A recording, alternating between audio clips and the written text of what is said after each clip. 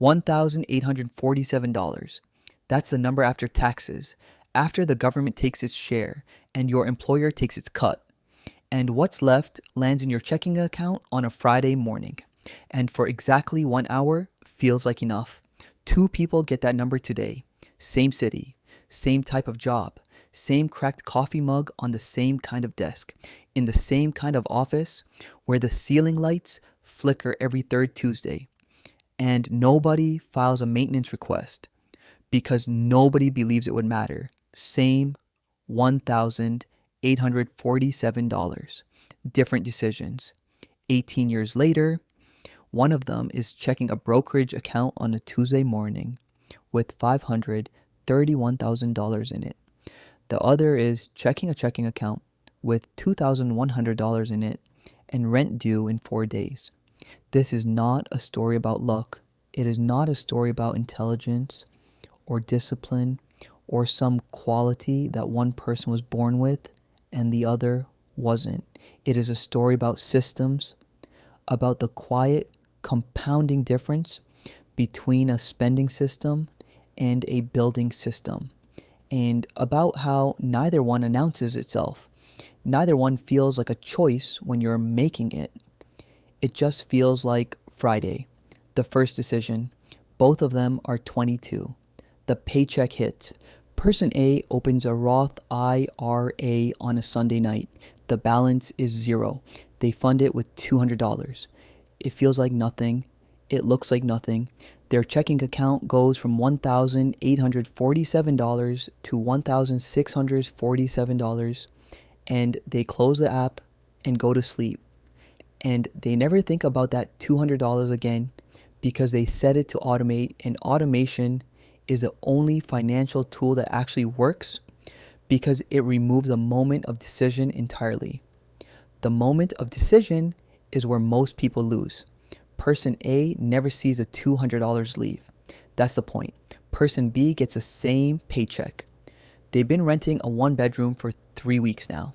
Their own space, no roommates, no shared kitchen, no one else's dishes in the sink.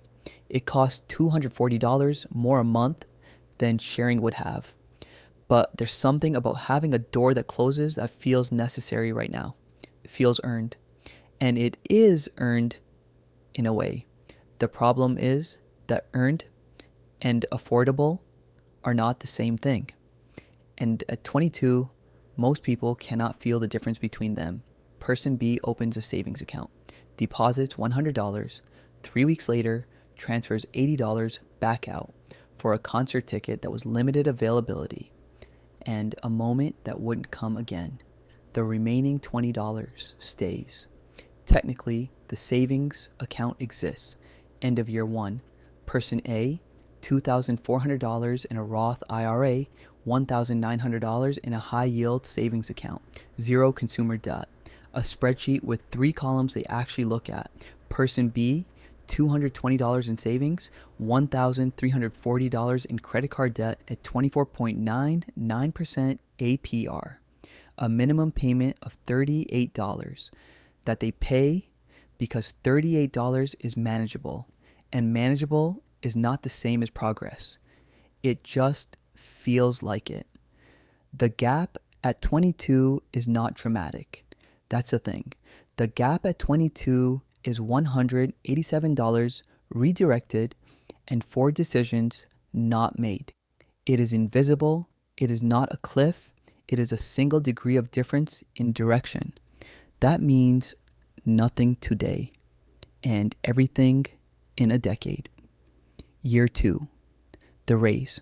Both of them get a $2,100 raise. Person A does not upgrade their life. They upgrade their investment. The Roth contribution goes from $200 to $350 a month. The savings account gets $150 automatically. They adjust the spreadsheet and close it. Person B upgrades their apartment. The new rent is $1,240. The building has a gym. They use it 7 times in the first month, twice in the second, 0 in the third. They buy a couch on a buy now, pay later plan. 0 interest for 12 months. They forget when the 12 months end. That's how those plans work. The interest kicks in retroactively. The fine print was always there. They didn't read the fine print. Nobody reads the fine print. That's why the fine print exists. By 24, person A has $9,800 in their Roth IRA. The market dipped once. The balance fell to $7,200 in 6 weeks. They bought more, not from courage, from understanding. They knew what they owned. An index fund is not a stock. A dip is not a loss unless you sell. They did not sell. By 24, person B has $4,200 in credit card debt across 2 cards. They opened a second card because the sign-up bonus was 60,000 points. And the math on the points felt real. The math on the interest did not feel real until it was. The gap at 24. Person A, $9,800 invested, $4,500 in savings, 0 consumer debt. Net worth, approximately $14,300. Person B, $4,200 in credit card debt, $19,100 in car loan, $440 in savings. Net worth approximately negative $22,860. The distance between these two people is $37,160. They have the same kind of job.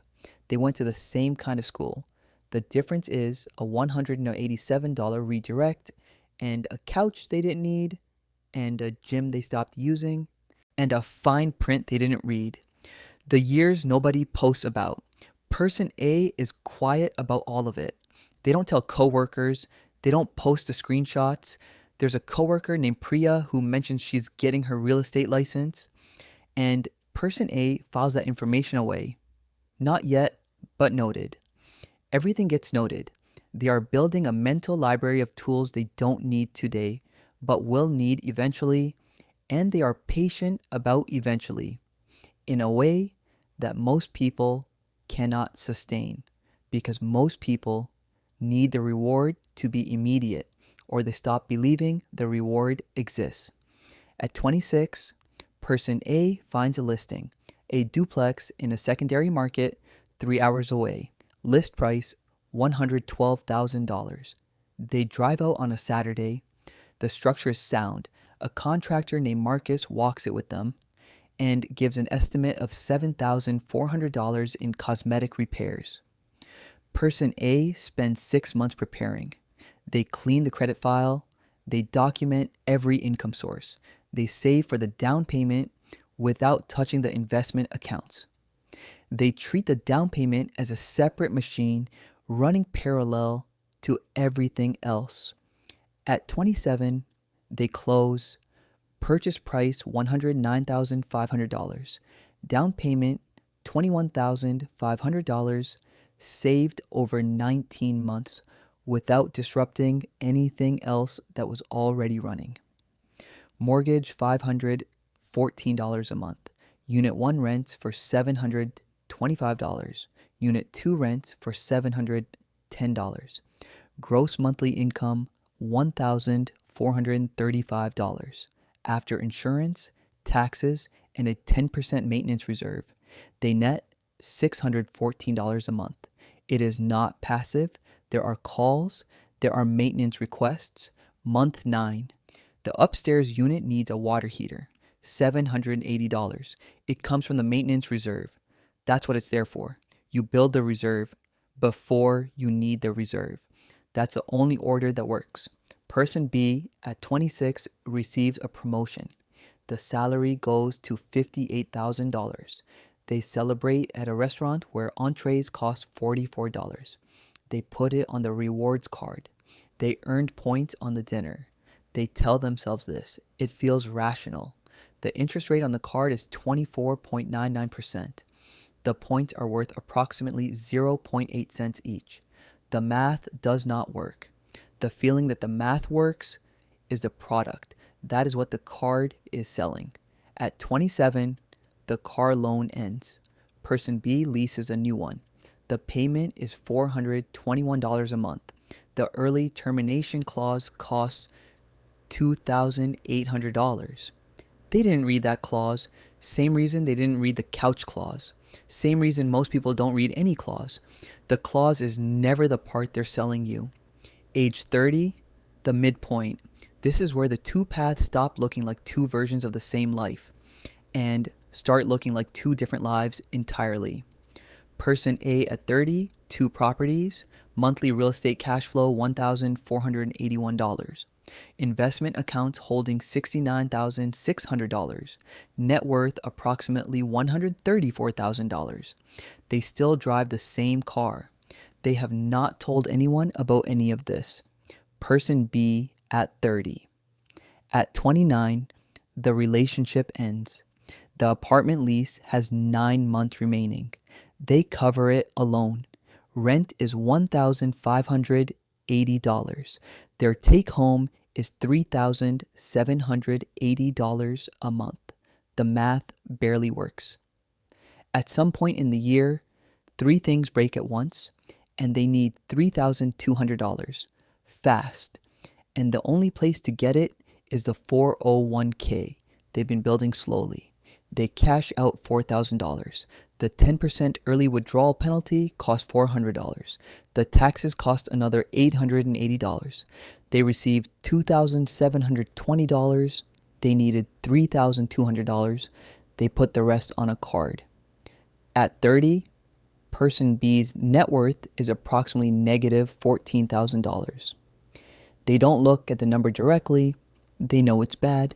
Looking won't make it worse. They don't look. The distance between these two people at 30 is $148,000. And here is the number that matters more than any other number in this video. The $134,000 person A holds today, at a 7% average annual return, becomes $537,000 in 20 years, without a single additional dollar added. Without person A doing anything, without another raise, another property, another decision, just the money that is already there, doing what money does when you leave it alone long enough. The negative $14,000 person B carries costs money every month just to stay in place. The minimum payments, the interest charges, the slow structural bleed that never fully stops because there is always a balance somewhere. They are the same age. They made roughly the same income for 8 years. The difference is not a windfall. It is not an inheritance. It is not a network or a mentor or a moment of inspiration. It is a $187 redirect on a Sunday night at 22, and the discipline to not undo it the following Tuesday. The fork you don't feel. Here's the thing about the moment the two paths separate. It doesn't feel like a fork. It doesn't feel like a decision. It feels like a Friday. It feels like a paycheck and a weekend and a couch you deserve and a coffee shop on Saturday morning and a life that is genuinely yours and genuinely fine and genuinely not dramatic in any direction. The fork is invisible at the moment you're standing in it. That's what makes it the fork. Person A didn't feel disciplined at 22. They felt slightly constrained. They felt the $200 leave and wondered if they'd need it later. They ate at home, not from virtue, but from math. They had a streaming password. They shared with someone they didn't particularly like anymore because canceling felt like losing ground. They knew their account balance by heart. They moved money to savings and sometimes moved it back. The difference between them and person B was not character. It was not a motivational moment. It was a single automated transfer that removed the moment of decision from the equation permanently. The moment of decision is always the most dangerous moment because in the moment of decision, you are tired and hungry and the couch is comfortable and the concert is tonight and the apartment is really not that much more per month and you deserve something for the week you just had. You always deserve something for the week you just had. That feeling is real. The week was hard. The reward is real too. The question is just what the reward costs in 2034, what the gap actually measures. By 35, person A's account stand at $284,300 invested. Real estate equity across 3 properties at $119,000. Net worth approximately $403,300. They have a coworker named Devin who asks how they were doing financially. Person A tells them exactly what they did. A total market index fund, automated on payday before you can see the money. Devin writes it down. Person A doesn't know if he does it. Probably not. Most people write it down and don't do it.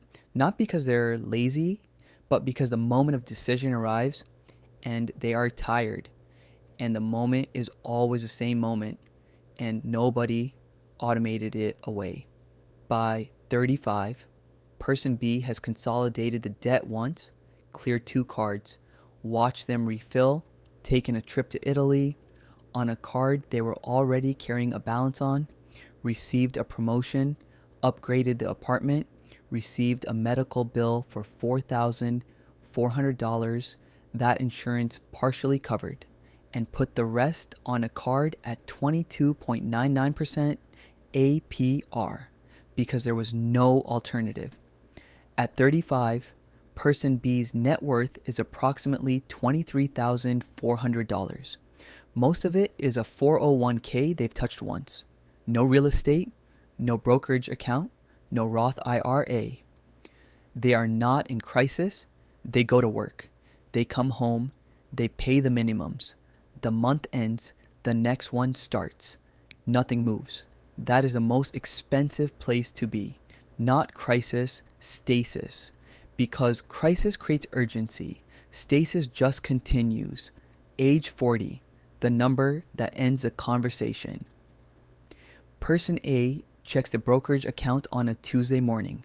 $531,000. The 401k shows $194,000. The Roth IRA shows $112,000. Real estate equity across 4 units, $231,000. Total net worth, $1,068,000. The real estate produces $2,711 a month without their active labor. The salary is $94,000.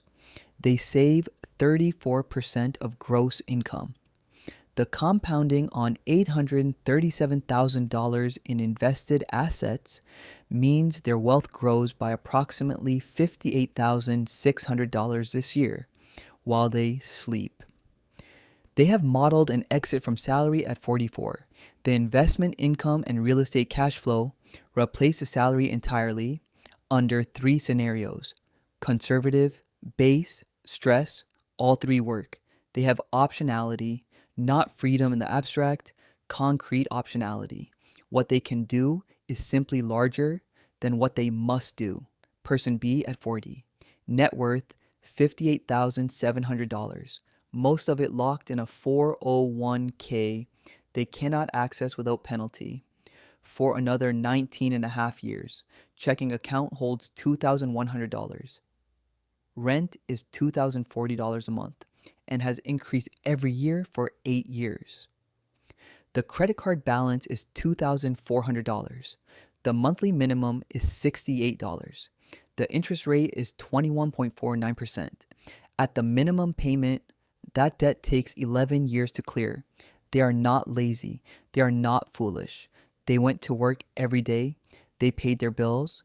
They lived their life. But the system they built at 22 was a spending system, and systems compound. Both kinds compound. That is the only thing that was ever true about any of this. The distance. Person A at 40. Net worth $1,068,000. Monthly passive income $2,711. Options expanding. Person B at 40. Net worth $58,700. Monthly passive income 0. Salary required. Margin thin. The distance between these 2 people is over $1 million. 18 years ago, they had the same $1,847 paycheck, the same Monday morning, the same flickering ceiling light, in the same kind of office where nobody files a maintenance request because nobody believes it would matter. One of them set up an automated transfer before the weekend, before the coffee, before the question of whether it was enough. The other one didn't. The Tuesday after that decision still came. It always does for both of them. The only question is which version of Tuesday you're building toward. And the only answer that matters is the one you automate before you can change your mind.